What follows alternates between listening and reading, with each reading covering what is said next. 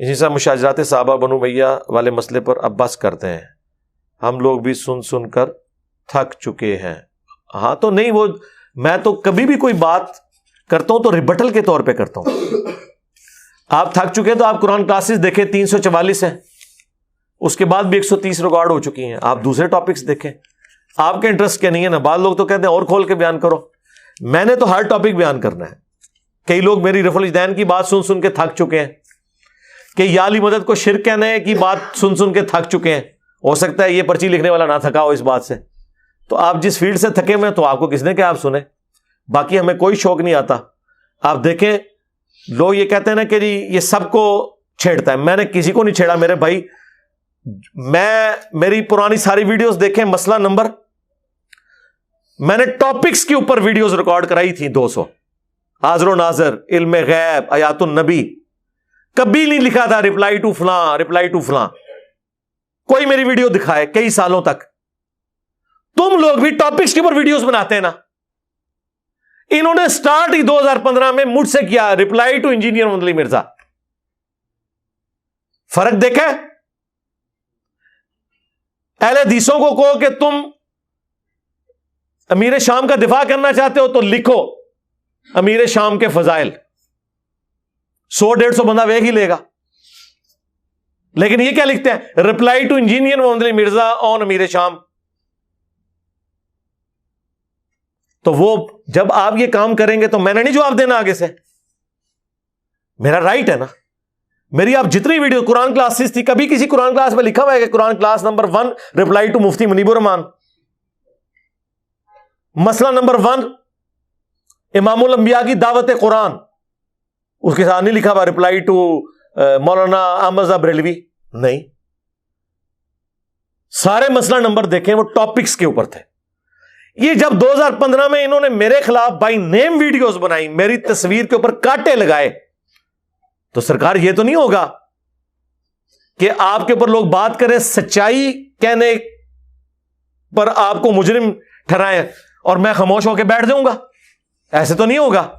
تو پھر میں نے ریپلائی ٹو شروع کیا، اور پھر جب یہ سلسلہ شروع ہوا تو اس سلسلے میں پھر جو بھی دین کا کسٹوڈین بن کے سامنے آیا اور اس نے دین کا مذاق اڑایا تو پھر میں نے اسے ریپلائی کیا. ٹھیک ہے. لوگ کہتے ہیں جی وہ انجینئر صاحب، لوگوں کو تو کہتے ہیں کہ جی ریپلائی ٹو انجینئر محمد مرزا لکھ کے آپ ویوز لیتے ہیں، تو آپ بھی تو ریپلائی ٹو تقی عثمانی لکھ کے ویوز لیتے ہیں. مجھے بتائیں تقی عثمانی صاحب کے اپنے ویوز کتنے ہیں؟ جن کے اپنے ویوز سینکڑوں اور ہزاروں میں مشکل سے جائیں، ان کو جب میں ریپلائی کروں اور وہ ویوز لاکھوں میں جائیں، تو اس میں تقی عثمانی صاحب کا کمال ہے یا ہمارے اس پلیٹ فارم کا کمال ہے؟ مفتی منیب الرحمان صاحب اور سعد رضوی نے بیٹھ کے پریس کانفرنس کی ہے، مشکل سے 10-12 ہزار لوگوں نے دیکھی ہے، جو ٹی ایل پی کے ساتھ کے پی پولیس نے کیا. ہماری ویڈیو جو ہے 30 سے 35 گھنٹوں میں 1 لاکھ کراس کر گئی ہے. تو آپ یہ کہیں گے میں نے ان کے نام کے اوپر ویوز لیے ہیں، اور جن کو خود اپنے ویوز نہیں مل رہے ہیں ان کے نام پہ مجھے کہاں سے ملنے ہیں؟ تو یہ بات غلط کر رہے ہیں. اور لوگ کہہ رہے ہیں شروع میں انجینئر صاحب نے بھی اس طریقے سے ویوز لیے. سرکار میں نے کبھی بھی اس طریقے سے ویوز نہیں لیے. ہماری ہمیشہ ویڈیوز شروع سے جو آ رہی ہیں، آپ میری ابھی ویڈیو اپلوڈ ہے، انڈیا اور پاکستان کے بزرگوں کی 19 گستاخانہ عبارات کا تحقیقی جائزہ. کسی بزرگ کا نام نہیں لکھا ہوا، کسی کی تصویر نہیں لگی ہوئی ہے. جا کے دیکھیں اس کی ویورشپ. اصالہ ثواب کے اوپر مسئلہ 74 ہے، 2 ملین کراس ہوا ہے، اس کے اوپر کسی کی تصویر نہیں لکھا ہوا ہے. اصالہ ثواب کے طریقے، یہ تو ریپلائی ٹو میں نے آپ لوگوں کی وجہ سے شروع کیا ہے. جب آپ کے لوگوں نے میری تصویروں پہ کانٹے لگا کے مجھے ریپلائی کیا تو میں تو اپنا رائٹ رکھتا ہوں. پھر میں نے ان کی تصویریں لگائی ہیں. رفع الالیدین پہ میری ویڈیو ریکارڈ ہوئی ہے، بتائیں میں نے کس مولوی کی اس میں تصویر لگائی ہوئی ہے؟ رفع الالیدین سے متعلق فرقہ وارانہ نظریات کا تحقیقی جائزہ. اتنی سمپل اردو لکھی ہوئی ہوتی تھی، نہ کسی مولوی کی فوٹو ہوتی تھی، نہ نیچے رومن میں کسی کو ریپلائی ہوتا تھا. اس ویڈیو کی وجہ سے جب آپ کے مولویوں کو پسو پڑ گئے کہ ان کے فرقے کے لوگ ان کو چھوڑ کے چلے گئے، پھر آپ لوگوں نے مجھے ریپلائی کرنا شروع کیا. تو سرکار پھر میں تو آپ کو پتا ہے، ہاں نہ تو انہوں پتہ ہی نہیں تھوڑا واسطہ کس بندے نال پہ ہے. تو میں نے پھر اس رپلائی کے اوپر رپلائی کیا ہے. مجھے کوئی یہ نہ کہے کہ میں نے کسی کی تصویر لگا کے ویوز لیے ہیں. میں یہ دعویٰ کر سکتا ہوں کہ مولویوں نے میری تصویر کے اوپر ویوز لیے ہیں. اب اگر میں لگا رہا ہوں یا میں ان کو رپلائی کر رہا ہوں تو ان کی باتوں پہ ہے, اور میرا ٹریک ریکارڈ ہے. سرکار یوٹیوب تو نہیں جھوٹ بولتی نا. جائیں 12 سال پرانی میری ویڈیوز دیکھیں, مجھے کبھی کسی مولوی کی تصویر دکھائیں, کسی ایک مسئلہ نمبر کے اوپر دکھائیں. آپ لوگوں نے فتوے لگائے, آپ کے مولویوں نے, پھر میں نے رپلائی کرنا شروع کیا کہ یار اب یہ ایک بندہ بولا ہے. اب مجھے ایک بندہ سعودیہ میں بیٹھ کے کہہ رہا ہے ایران کے ٹکڑوں پہ پلنے والا جانور, اور خود سعودیہ کی تنخواہ لے رہا ہے, اور وہ پائلٹ ہے ایک فرقے کا, ٹھیک ہے, اور وہ اپنے باپ کی عمر کے بندے کو گالیاں نکال رہا ہے, مولانا اسحاق صاحب کو, ٹھیک ہے, اور کیسی غلیظ زبان استعمال کر رہا ہے وہ, نطفے اور فلاں فلاں. تو وہ اہل سنت میں سے لوگوں کو خریدتے ہیں جنہوں نے لبادہ اہل سنت کا پہنا ہوا ہوتا ہے, اور حقیقت میں وہ رافضیت کے گندے نطفے ہوتے ہیں, جس کی بہت ساری مثالیں ہمارے سامنے موجود ہیں. اسحاق جھال والا مردود اسی قسم کے انسانوں میں سے تھا. انجینئر مرزا مردود اسی قسم کے انسانوں میں سے ہے. رافضیت کے پیسوں پہ پلنے والا, ایران کے ٹکڑوں پہ پلنے والا یہ جانور صحابہ کے بارے میں اپنی زبان گندی دراز کرتا ہے, اور حقیقت میں اس کا من پلیت ہے, اس کے ماننے والے اس سے بڑے پلیت ہیں. تو میں خاموش بیٹھا رہوں گا؟ تو منجی ٹھکوائی ہے نا اس نے اپنے فرقے کی, تو ٹھوک دی.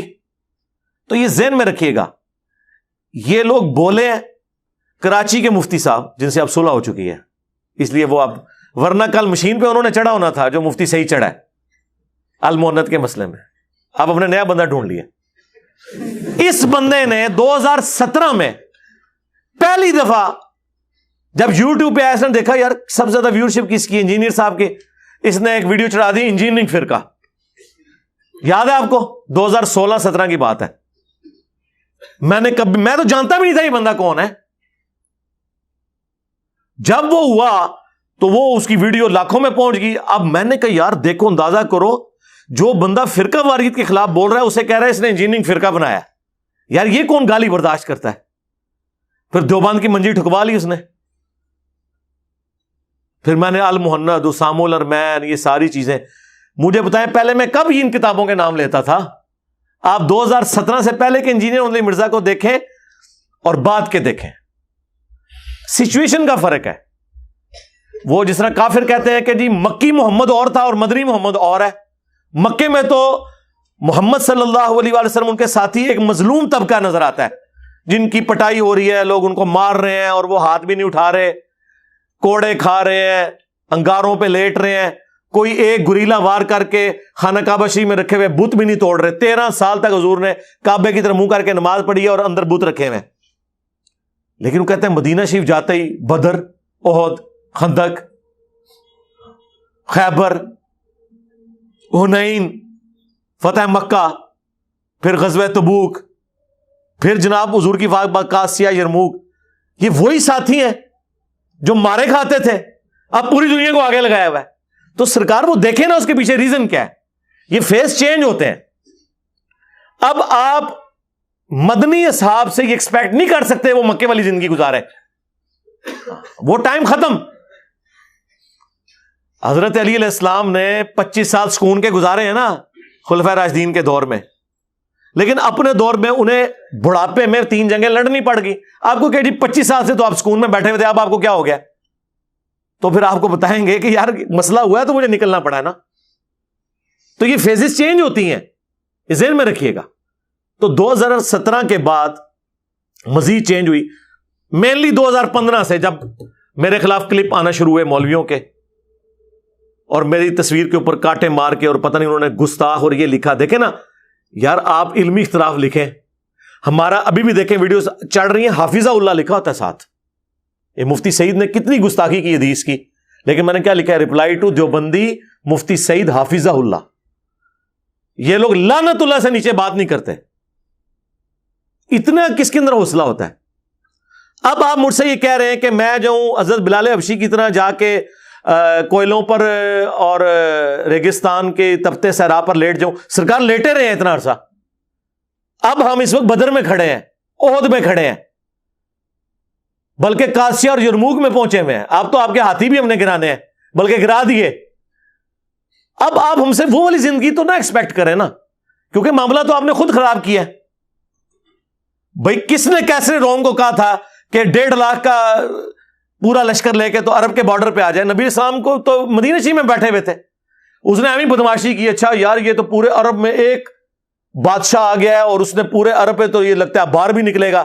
وہ اس لیے سوچتے تھے کہ خود انہوں نے بھی یہی کیا ہوا تھا، تو انہوں نے کہا یہ تو انقلاب باہر ایکسپورٹ ہوگا تو ادھر ہی دبا لو. تو وہ عرب کے بارڈر پہ آ کے 1.5 لاکھ کی فوج لے کے بیٹھ گیا کہ اب بھی کلا کما کر دیتے ہیں ان کا.